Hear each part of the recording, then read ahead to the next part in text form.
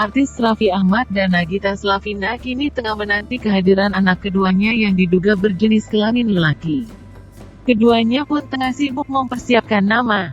Sempat terlintas oleh Raffi Ahmad untuk menamai anak keduanya King Raja Sultan Ahmad. Hal itu diungkapkan Raffi Ahmad dalam kanal YouTube Rans Entertainment, Selasa, tanggal 22 Juni tahun 2021. Awalnya, Raffi Ahmad bertanya kepada anak sulungnya, Rafathar. "Nanti namanya siapa?" tanya Raffi Ahmad. "Kalau yang di perut mama namanya Sultan," jawab Rafathar.